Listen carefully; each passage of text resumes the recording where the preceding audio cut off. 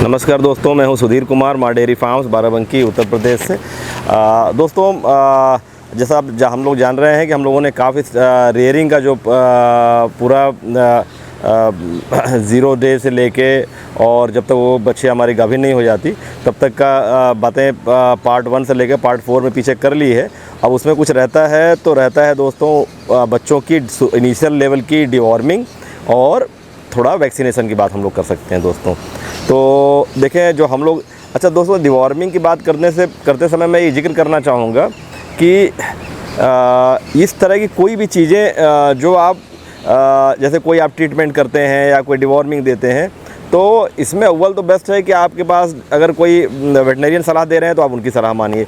अगर आपको सलाह उस तरह की उपलब्ध नहीं हो रही है तो हम लोग जो कर रहे हैं अपने फार्म पे, इसमें वेटनरियन की सलाह, अच्छे पुराने ख़ास करके पंजाब के जो हमारे मित्र हैं वो जो फॉलो कर रहे हैं उनकी सलाह सब मिला के हम लोग ने अपना एक प्रक्रिया पकड़ रखी है जिसको कि हम लोग फॉलो करते हैं और रीज़नेबली अच्छा नतीजा मिलता है, तो हम वो आपको बता सकते हैं दोस्तों। और यहाँ मैं एक जिक्र और करना चाहूँगा कि जब भी आप डिवॉर्मिंग की बात सुने, अगर आप मुझे फॉलो कर रहे हैं तो उसकी डोज़ पे बहुत ध्यान दें दोस्तों। ऐसा हो सकता है कि लापरवाही से हमने कुछ सुना, हमने कुछ डोज़ कही, आपने कुछ डोज़ लगा दी। तो पहले तो सॉल्ट का नाम ठीक से हम लोग सुने समझें और उसकी डोज़ बहुत ध्यान से पकड़ें। और उसको जब भी जो इस्तेमाल कर रहे हों आप, जैसे आप मान लें शुरू में मैं पिपराज़ाइन का जिक्र कर रहा हूँ, अल्बेंडाज़ोल का जिक्र करूँगा, तो आप उस बॉटल पे भी देखें कि कहीं बिल्कुल से देखें, अगर थोड़ा बहुत अंतर है इसका मतलब हमारी डोज़ वही है जो आपने सही सुना है जो हमने कहा है। लेकिन बहुत बुरी तरह से अंदर दिख रहा हो तो कान खड़े कर लें, इसका मतलब या तो देखें हमने अपनी चीज़ें वेरीफाई कर ली हैं, मैं गलत नहीं बोलूँगा, लेकिन ऐसा हो सकता है सुनने लिखने में आपसे गलती हो जाए।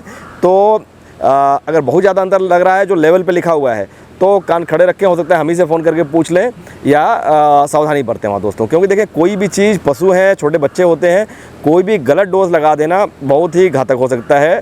तो इसीलिए मैं बहुत ज़्यादा कभी भी ट्रीटमेंट की बात या डिवॉर्मिंग भी मैं अवॉइड ही कर रहा था, लेकिन बहुत से मित्र लगातार पूछे जा रहे हैं तो मैं बता रहा हूँ और साथ में जिक्र कर रहा हूँ कि डोज़ पे बहुत ध्यान दिया जाए दोस्तों। तो हम शुरू करते हैं दोस्तों। देखें, पहली बात मैं बताना चाहूँगा, हम लोग अपने छोटे बच्चों को 5 डिवॉर्मिंग कर रहे हैं। 7वें दिन, 15वें दिन, 30वें दिन। पहले महीने में दोस्तों हम लोगों ने 7वें दिन, 15वें दिन, 30वें दिन, फिर एक महीने पे 2 और, मतलब 60वें दिन और 90वें दिन, 3 महीने के बीच में हमने 5 डिवॉर्मिंग की। 7वें दिन, 15वें दिन, 30वें दिन, 60वें दिन, 90 दिन, 5 डिवॉर्मिंग हमारी 3 महीने बच्चे की पूरी हो गई दोस्तों। तो पहले मैं 5 डिवॉर्मिंग का नाम बोल दूं, फिर एक का डिटेल बताते चलूँगा दोस्तों। पहली डिवॉर्मिंग हम लोग पेपराज़ाइन एक सॉल्ट आता है उससे करते हैं और इसके बारे में बताऊंगा कि कितनी ज़रूरी है या नहीं ज़रूरी है। तो पेपराज़ाइन हो गई 7वें दिन पे। 15वें दिन पे हम लोग अल्बेंडाज़ोल करते हैं दोस्तों। और 30वें दिन पे बेनमिंथ गोली आती है, मोरेंटल सॉल्ट है, उसको करते हैं 30वें दिन पे। 60वें दिन पे फेनबेंडाजोल कर रहे हैं और 90वां दिन पे, मतलब 2 महीने पे फेनबेंडाजोल और तीसरे महीने के एंड में, मतलब 90 दिन के ख़त्म होने पे हम लोग आइवरमेक्टिन का इंजेक्शन लगाते हैं दोस्तों। तो ये तो डिवॉर्मिंग के दिन हो गए दोस्तों, और डिवॉर्मिंग के दिन हो गए। और दूसरा कौन कौन से सॉल्ट हैं हम लोग, वो 5 हमने जिक्र कर दिया। अब हम लोग एक एक सॉल्ट लेके चलते हैं दोस्तों। सबसे पहला सॉल्ट जो है डिवॉर्मिंग हम लोग जो कर रहे हैं वो पिपराज़ाइन लिक्विड आता है, पिपराज़ाइन, PIPERZINE, पिपराज़ाइन लिक्विड से हम लोग करते हैं दोस्तों। देखता हूँ, नहीं तो मैं जब बोल रहा हूँगा तो मैं इस पर मुझे ज़्यादा नहीं आता है ये सब करने। मेरी बिटिया है 9th क्लास में, वो मुझे मदद कर देती है। वो भी बहुत पशु प्रेमी चीज़ हैं। उन्हें भी कभी आएंगी फार्म पे तो हम लोग देखेंगे क्या कर रही हैं वो। आजकल इधर रह जा रहे हैं लोग आने से फार्म पे ज़्यादा।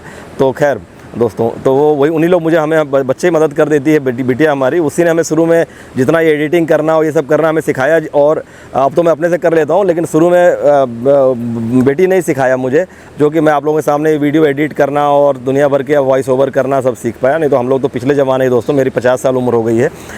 उस समय तो कुछ और ही पढ़ाया जाता था कंप्यूटर में, वो आज के डेट में इरेलीवेंट हो चुका है पूरी तरीके से। खैर दोस्तों, तो इस पर मैं लिख दिया करूँगा, जैसे जब ये वीडियो चल रहा होगा एडिटिंग के समय। ये भी हमने नहीं सीखा है, वो बिटिया सिखा देगी, मैं उससे आपको लिखता जाऊँगा तो स्पेलिंग गलत आपकी नहीं होगी। ठीक है दोस्तों। तो पहला सॉल्ट है पेपराज़ाइन। पेपराज़ाइन हम लोग 1 ml पर 2 kg बॉडी वेट, हर 2 kg पे 1 ml दोस्तों, 1 ml पर 2 kg बॉडी वेट। इसका मतलब ये हुआ कि हम 7वें दिन करते हैं, अगर मेरा बच्चा 40 kg का है 7वें दिन पे, तो 20 ml पेपराज़ाइन लिक्विड दिया जाएगा दोस्तों। अच्छा, और इसके बाद दूसरा जो सॉल्ट है, दूसरी डिवॉर्मिंग है 15वें दिन पे, वो अल्बेंडाजॉल की है। तो इन दोनों के बीच में मैं दोस्तों ये जिक्र कर दूं कि कई बार ऐसा होता है, हमारे केस में भी हम देखते हैं बच्चा थोड़ा उतना मजबूत नहीं पैदा हुआ है, तो 7वें दिन पे डिवॉर्मिंग छोड़ी भी जा सकती है दोस्तों। आप अगर 7वें दिन की नहीं करना चाहते हैं, पहली डिवॉर्मिंग मतलब हम लोग ज़्यादातर बच्चों को करते हैं दोस्तों, लेकिन अगर कोई बच्चा छोटा लग रहा है, कमज़ोर लग रहा है, मौसम से किसी कारण से एक बार पेट खराब हुआ है, तो छोड़ देते हैं 7वें दिन वाली डिवॉर्मिंग दोस्तों, वो छोड़ी जा सकती है। वो बहुत टनाटन और स्वस्थ बच्चों के साथ ही करना ठीक होगा। तो पहली डिवॉर्मिंग ये होगी, और दूसरी डिवॉर्मिंग अल्बेंडाजॉल है। अगर आप पहली नहीं कर रहे हैं तो आप अल्बेंडाजॉल से शुरू कर सकते हैं 15वें दिन पे। तो 15वें दिन हम लोग अल्बेंडाजॉल करते हैं दोस्तों, और इसका डोज़ है 1 ml पर 5 kg बॉडी वेट दोस्तों, 1 ml पर 5 kg बॉडी वेट। कई जगहों पे तो जैसे अब इस समय हम लोग के बच्चे लगभग 50 kg के होते हैं, तो हम लोग 10 ml देते हैं। मतलब 1 ml पर 5 kg का मतलब हुआ जितना भी बॉडी वेट है उसका 1/5वां भाग। अगर 50 kg बॉडी वेट है तो 10 ml आएगा। तो यहाँ पे दोस्तों कई बार ऐसा होता है, जैसे लिवर फ्लूक वगैरह के लिए 2 ml भी रिकमेंड किया जाता है, तो वहाँ 20 ml या 15 ml भी दिया जा सकता है। लेकिन वही बात है ना, देखिए सब्जेक्टिविटी हर जगह आ जाती है कि तो इसका मतलब ये घूम फिर के हुआ कि अगर 50 kg का बच्चा है तो उसको 10 से 20 ml के बीच में डोज़ दी जा सकती है दोस्तों। ये इसकी अल्बेंडाजॉल की डोज़ आई दोस्तों। और इसके बाद हम लोग बात कर रहे हैं तीसरी डिवॉर्मिंग, जो हम लोग 30 दिन पे करते हैं, 1 महीना पूरा होने पे करते हैं दोस्तों। वो है बेनेमिंथ गोली, जो मोरेंटल सॉल्ट है, और उसकी डोज़ मैं आपको बता रहा हूँ। इसमें 2 तरह के हमने देखे दोस्तों, एक आ रहे हैं, एक तो छोटी छोटी बेनेमिंथ की गोलियाँ आती हैं और एक बोलस की तरह आ रहा है। तो दोनों की डोज़ अलग अलग है। मैं दोनों की डोज़ आपको बता देता हूँ दोस्तों, और उसी सावधानी से वो हम लोग बेनेमिंथ की गोलियाँ बच्चों को देंगे 30वें दिन पे। तो इसकी डोज़ दोस्तों देखें, बेनेमिंथ की जो मोरेंटल साइट्रेट सॉल्ट है, इसकी डोज़ जो है एक छोटी गोली 20 kg बॉडी वेट पे। तो हमारे यहाँ जैसे जनरली मान के चलें कि 1 महीने में 60 kg का बच्चा अगर हो रहा है, तो हम लोग उसको 3 छोटी छोटी गोलियाँ देते हैं दोस्तों। अच्छा, इसके अलावा एक बड़ा सा बोलस भी आता है दोस्तों बेनेमिंथ का। अब आपको देखना होगा कि आपके हाथ में क्या लगा है। वो छोटी वाली बेनेमिंथ की जो गोली है, वो अगर है तो वो एक गोली 20 kg बॉडी वेट की है, और अगर वो लंबा बोलस मिला है आपको, तो वो जो है बोलस, वो एक बोलस 100 kg का होता है। तो जैसे अगर आपका 50 kg का बच्चा होगा तो आप आधा काट के दे देंगे, अगर 60-65 kg का बच्चा है तो आप 2/3 बोलस काट के दे देंगे। तो उसी हिसाब से अपने बच्चे के बॉडी वेट को लीजिए। और अच्छा, बच्चे का बॉडी वेट देखें दोस्तों, क्या होता है कि अब हम लोग तीसरी डिवॉर्मिंग की बात करने लगे, तो बच्चों का बॉडी वेट की बात कर लें। जब तक छोटा बच्चा होगा, जब तक आपका 50-60 किलो होगा, तब तक तो आप उसको लेके कांटे, हम लोग तो दोस्तों कांटे पे चढ़ जाते हैं। हमारे यहाँ स्टाफ जो है वो पहले बच्चे को लेके कांटे पे चढ़ जाता है, फिर अपना खाली वेट अपने चढ़ जाता है, तो बच्चे का वजन निकाल आता है। तीसरी डिवॉर्मिंग तक तो आप कांटे वांटे पे चढ़ सकते हैं दोस्तों। 60 kg भी लगभग मुश्किल ही कर देगा दूसरी डिवॉर्मिंग दोस्तों। तीसरी डिवॉर्मिंग में ज़्यादातर बच्चे का आप वजन नहीं कर पाएंगे, तीसरी डिवॉर्मिंग नहीं हो पाएगी, उसको आपको फीते से ही नापना पड़ेगा दोस्तों। तो आजकल अमेज़न पे भी मिल जा रहा है वो फीता, आपको कोई गुणा भाग नहीं करना पड़ता, बस आप सीधे लगा दीजिए चेस्ट में, आपको बॉडी वेट ही सीधे लिख देता है दोस्तों।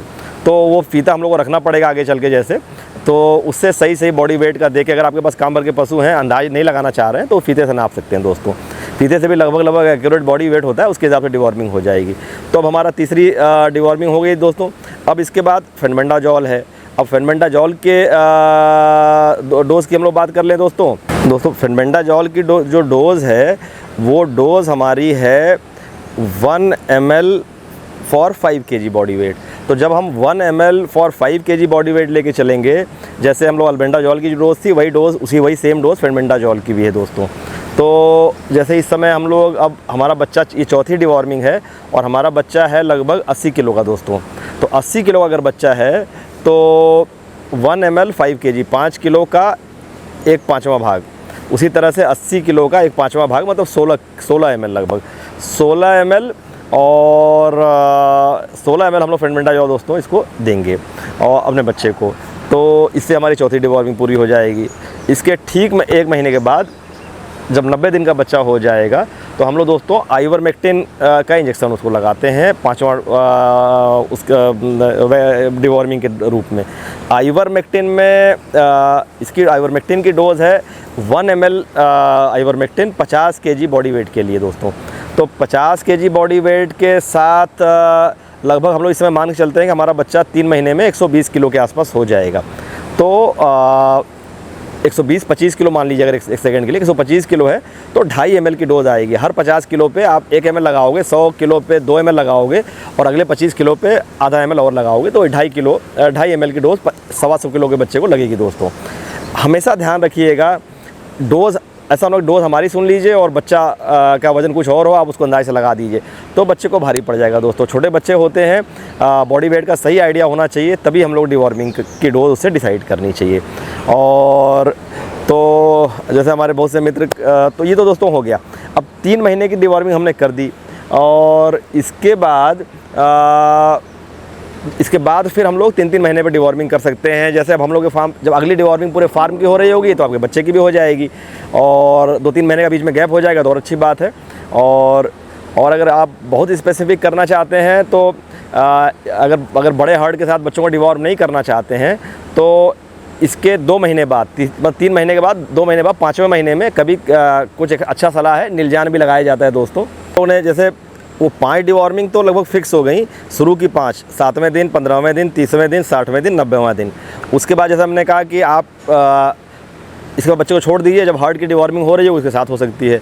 बहुत अच्छा करना चाहते हैं तो एक 6वीं डिवॉर्मिंग भी है, मतलब 3 महीने के बाद 5वां महीना एंड होने पे 2 महीने के बाद आप नीलजान लगा सकते हैं दोस्तों।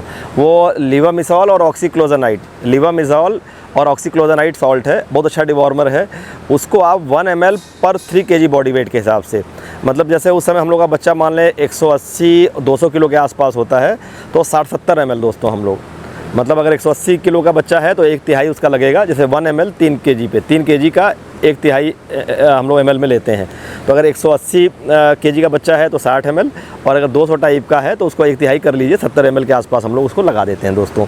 तो ये नीलजान जो हो गया, ये रूटीन डिवॉर्मिंग के शेड्यूल में ना समझ के, अगर बहुत अच्छा करना चाह रहे हैं आप, रूटीन डिवॉर्मर हो सकता है फार्म पे कोई और कर रहे हो, बच्चों के लिए डिवॉर्मर मतलब उस एंगल से बहुत अच्छा डिवॉर्मर होगा कि आप 5वें महीने के एंड होने पे ये डिवॉर्मिंग भी कर दीजिए दोस्तों। तो अब हम लोगों का बच्चों की डिवॉर्मिंग, अब देखें दोस्तों ये पूरी कंप्लीट, जब मैं बात कर रहा हूँ तो मैं चाहता हूँ कि पूरी सिस्टमेटिक बातें हों और आपको सारी आइडिया लग जाए डिवॉर्मिंग के बारे में। अब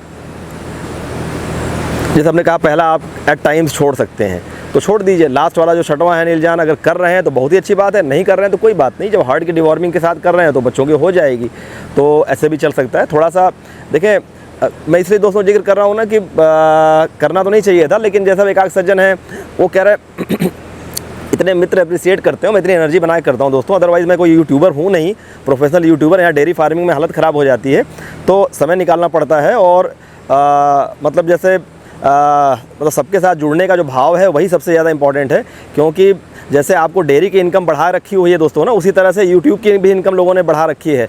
कुछ जो लोग दूसरे को यूट्यूब में डालना चाहते हैं वो यूट्यूब की इनकम बढ़ा के बात करते हैं, तो वैसी कोई इनकम यूट्यूब में होने से रही।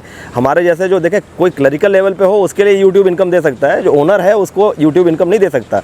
हम इससे बहुत कम मेहनत के लिए दोस्तों हम लोगों ने मैनेजर और सुपरवाइजरी लेवल पर लोगों को इन्वॉल्व कर रखा है। तो ऐसे में मतलब यूट्यूब का जो मॉनेटरी गेन है वो हमारे लिए मोटिवेशन नहीं हो सकता दोस्तों। आप लोग से जुड़ना और जैसे और जो थोड़ा और इंटरेस्ट हो सकता है वो हो सकता है कि भाई हाँ, अगर मैं अच्छा करूँगा लोग मुझे देखेंगे, मैं हमारा फीड वगैरह लोग ले जाते हैं, उससे मुझे जो बेनिफिट मिलता है दोस्तों वो हमारे लिए ज़्यादा इंपॉर्टेंट है।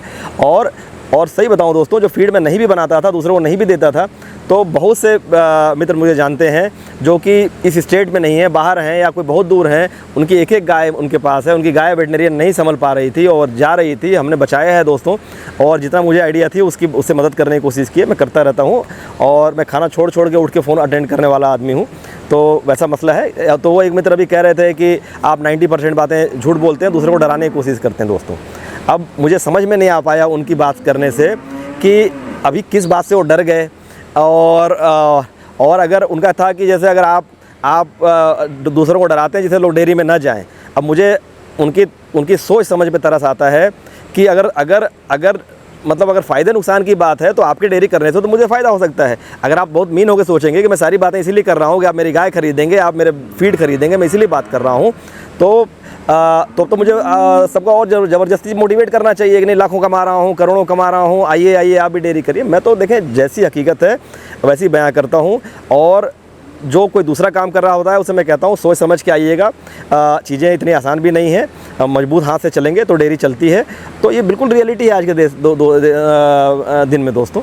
तो खैर कोई बात नहीं, ये बात चली आई, मेरे मन में थी इसलिए चली आई। मैं चाहता तो उन सज्जन का कमेंट 1 मिनट में डिलीट कर देता। मैंने पहले 2-3 वीडियो पहले किसी पे उन्होंने लिखा था कि 90% बातें आप झूठ लिख रहे हैं, बोलते हैं और दूसरों को डराने की कोशिश करते हैं। तो खैर मैं डिलीट नहीं किया, मैंने लिखा है कि भाई कैसे बहादुर हो जो इतना जल्दी डर जाते हो। भाई कोई डराता है आप डर जाते हो? अगर डराने के लिए वीडियो बनाया जा रहा है लगातार तो इतने जल्दी कैसे डर जाते हो? तो खैर दोस्तों, तो ये हो गया हम लोग का डिवॉर्मिंग। और एक बच्चों के लेवल पे और एक इम्पॉर्टेंट चीज़ रह जाती है, और वो है बच्चों की वैक्सीन। दोस्तों क्या होता है कि देखें छोटे बच्चों को सबसे इम्पॉर्टेंट है कि जैसे ही वो थोड़ा जैसे 4 महीने के हो जाएं तो जो हमारे फार्म पे रूटीन वैक्सीनेशन चल रहा है हम लोग दोस्तों उनको उस रूटीन वैक्सीनेशन में कवर कर दें। वो रूटीन वैक्सीनेशन है FMD HS BQ दोस्तों। इसकी एक कंबाइंड वैक्सीन आती है, HS हो गया हेमरेजिक सेप्टिसीमिया और BQ हो गया ब्लैक क्वार्टर। दोस्तों ये इंडियन इम्यूनोलॉजिकल की रक्षा ट्रायोवैक नाम से एक कंबाइंड वैक्सीन आती है जो इन तीनों बीमारियों को कवर करती है, और ये इसको हम लोग 4 महीने का बच्चा होने के बाद दे देते हैं। दोस्तों हम लोग अपने फार्म पे 2 बार पूरे फार्म पे इस वैक्सीन को लगाते हैं, और उस समय जब लगा रहे होते हैं तो जो भी बच्चा 4 महीने के ऊपर होता है उसको ये वैक्सीन लगा दी जाती है। तो उसी तरह से अगर आप केवल बच्चों की बात करिए तो कोई बच्चा 4 महीने के ऊपर है तो आप उसको ये वैक्सीन लगा सकते हैं दोस्तों, रक्षा ट्रायोवैक। इसमें आपका FMD HS BQ तीनों बीमारियाँ कवर हो जाएंगी। और एक दूसरी इम्पॉर्टेंट बच्चों को लेके फीमेल काफ्स को लेके बात है दोस्तों, वो है ब्रुसेलोसिस का वैक्सीनेशन। हमारा बच्चा जब 4 महीने का पार हो जाता है, एक बात ध्यान करें, अगर बच्चा थोड़ा ढीला ढाला लग रहा है तो थोड़ा 10-15 दिन लेट कर सकते हैं, 5 महीना कर लीजिए, 4.5 महीना कर लीजिए, कोई बात नहीं। और 2 तरह की वैक्सीन लगा रहे हैं, रक्षा ट्रायोवैक भी लगा रहे हैं, ब्रुसेलोसिस भी लगा रहे हैं, तो दोनों में 10 दिन का गैप कर लीजिए, ज़्यादा अच्छा है। पहले FMD लगा लीजिए, मतलब ट्रायोवैक लगा लीजिए, उसके बाद ब्रुसेलोसिस का टीका लगा लीजिए। और आज के डेट में बच्चों को ब्रुसेलोसिस का वैक्सीन करना एक अच्छी आइडिया है कि और ये फिर हंगामा हो लिया दोस्तों, 2 ब्लॉक खुल गए, 2 ब्लॉक के पशु आपस में मिल गए। खैर हम लोग कर लेते हैं अपनी बात, इन लोग संभाल लेंगे। आराम से करो विनोद सबको।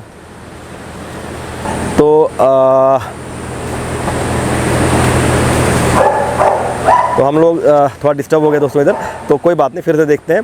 हम लोग बात कर रहे थे वैक्सीनेशन की। वैक्सीनेशन में रक्षा ट्रायोवैक की बात हमने कर दी, ब्रुसेलोसिस की बात कर दी। हाँ ठीक है दोस्तों, मैं मिस कर जाता हूँ, कहाँ पहुँच गए थे हम लोग। ब्रुसेलोसिस में बात कर रहे थे कि ब्रुसेलोसिस में 4 महीने के बाद कर सकते हैं और 8 महीने के पहले दोस्तों। इस बीच में आप बच्चों फीमेल काफ को ब्रुसेलोसिस का टीका लगा सकते हैं। FMD का टीका तो आप हर साल किसी भी एज में लगा सकते हैं, हर साल लगाना चाहिए 2 बार, लेकिन ब्रुसेलोसिस का टीका ज़िंदगी में 1 बार लगता है और 4 महीने से 8 महीने के भीतर ही लगता है। तो आपको वैक्सीन लेकर रखनी पड़ेगी दोस्तों। मिल रही है बड़े मुश्किल से, आजकल मिल भी नहीं रही है। सरकारी सिस्टम में किसी आ रही है, इंडियन इम्यूनोलॉजिकल वाले बना रहे थे, वो आजकल हमारे यूपी में तो मिल नहीं पा रही है। सरकार गवर्नमेंट के सिस्टम में कोई आ रही है। अभी तक तो मैं इंडियन इम्यूनोलॉजिकल की ब्रुसेलोसिस की वैक्सीन लगा ले रहा था, लेकिन अब शायद नहीं मिल पा रही है। तो देखता हूँ अब आगे हमारी बच्चियाँ कुछ हो गई हैं ब्रुसेलोसिस का टीका लगाने वाली, तो उसका इंतज़ाम करना पड़ेगा दोस्तों। तो ठीक है दोस्तों, हम लोग आशा करते हैं कि हमारा डिवॉर्मिंग और वैक्सीनेशन की जानकारी से आपका जो बचा कुचा रही होगी बातें वैक्सीनेशन की, वो पूरी हो रही होंगी। और इसके बाद हम लोग फिर कोई अगला टॉपिक लेंगे, आपकी सलाह भी आएगी, और मेरे पास भी कोई टॉपिक नोटेड है, मैं एक लेता रहता हूँ जो मेरे दिमाग में रहता है कि चलो आज ये इस पर बोलने का बात करने का मन हो रहा है या की जा सकती है, दिमाग में है चीज़ें, तो मैं बात कर लेता हूँ दोस्तों। तो आशा है आपको ये वीडियो अच्छा लगा होगा, और ऐसे जुड़े रहने के लिए धन्यवाद दोस्तों। फिर मिलते हैं अगले वीडियो में, तब तक के लिए नमस्कार, थैंक यू।